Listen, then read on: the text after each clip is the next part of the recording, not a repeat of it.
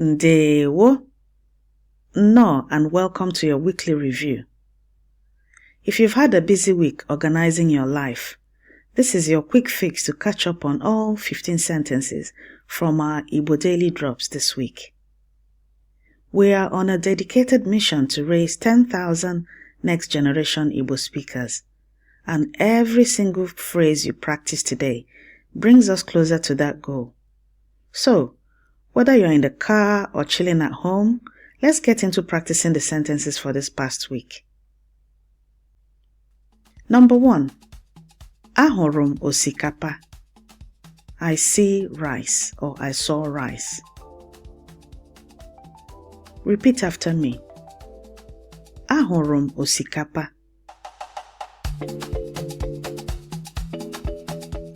Ahụrụ m osikapa. Ahụrụ m osikapa.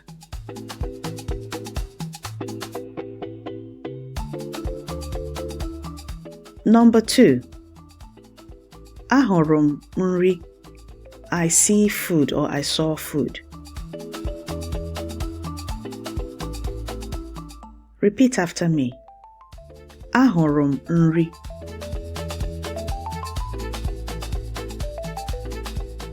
Ahụrụ m nri. Ahụrụ m nri.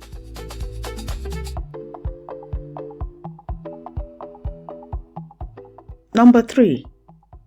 Kedu ihe ị hụrụ? What do you see? Or what did you see? Repeat after me. Kedu ihe ị hụrụ? Kedu ihe ị hụrụ? Kedu ihe ị hụrụ?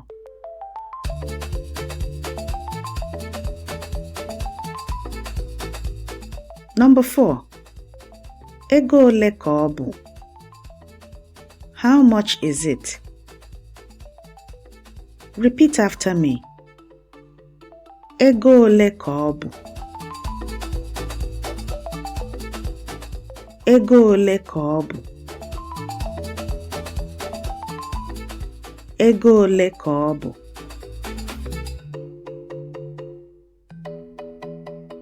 Number 5. Ọ dị oke ọnụ. It is too expensive. Repeat after me. Ọ dị oke ọnụ. Ọ dị oke ọnụ. Ọ dị oke ọnụ.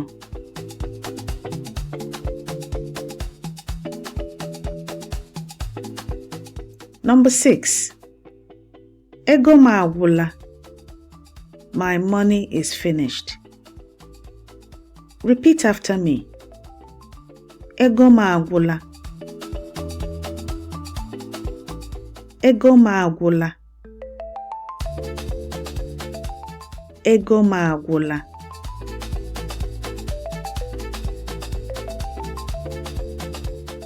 Number 7. Achọrọ m ịzụta ji. I want to buy yam. Repeat after me. Achọrọ m ịzụta ji. Achọrọ m ịzụta ji. Achọrọ m ịzụta ji.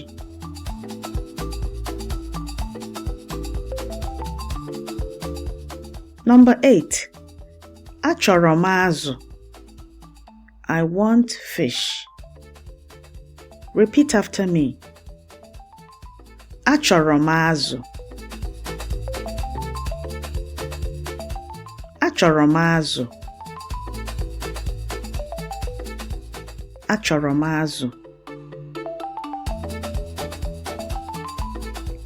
Number 9. Achọrọ m nnu na mmanụ. I want salt and oil. Repeat after me. Achọrọ m nnu na mmanụ. Achọrọ m nnu na mmanụ.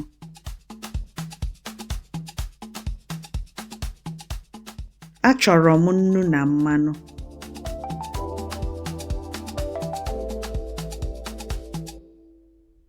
Number 10.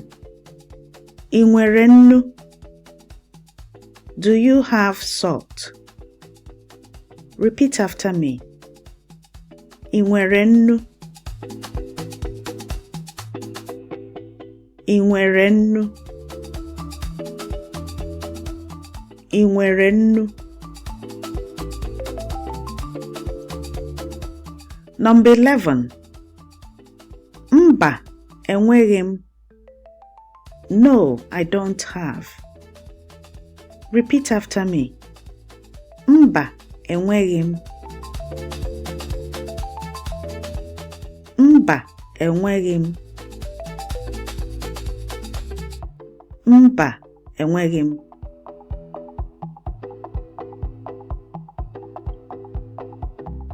Number 12. Achọrọ m ihe ọzọ. I want something else. Achọrọ m ihe ọzọ. I want something else. Repeat after me. Achọrọ m ihe ọzọ. Achọrọ m ihe ọzọ. Achọrọ m ihe ọzọ. Number 13. Ndewonu. Kedu ka ị mere? Ndewonu. Kedu ka ị mere? Greetings, how are you? You could remove the nu in it because nu means you're greeting a lot of people. So you could just say ndewo, kedu ka ị mere? Repeat after me. Ndewo, kedu ka ị mere? Ndewo, kedu ka ị mere? Ndewo, kedu ka ị mere?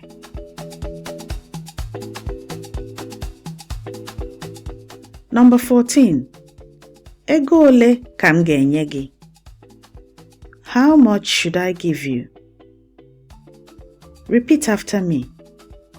Ego ole ka m ga-enye gị? Ego ole ka m ga-enye gị? Ego ole ka m ga-enye gị?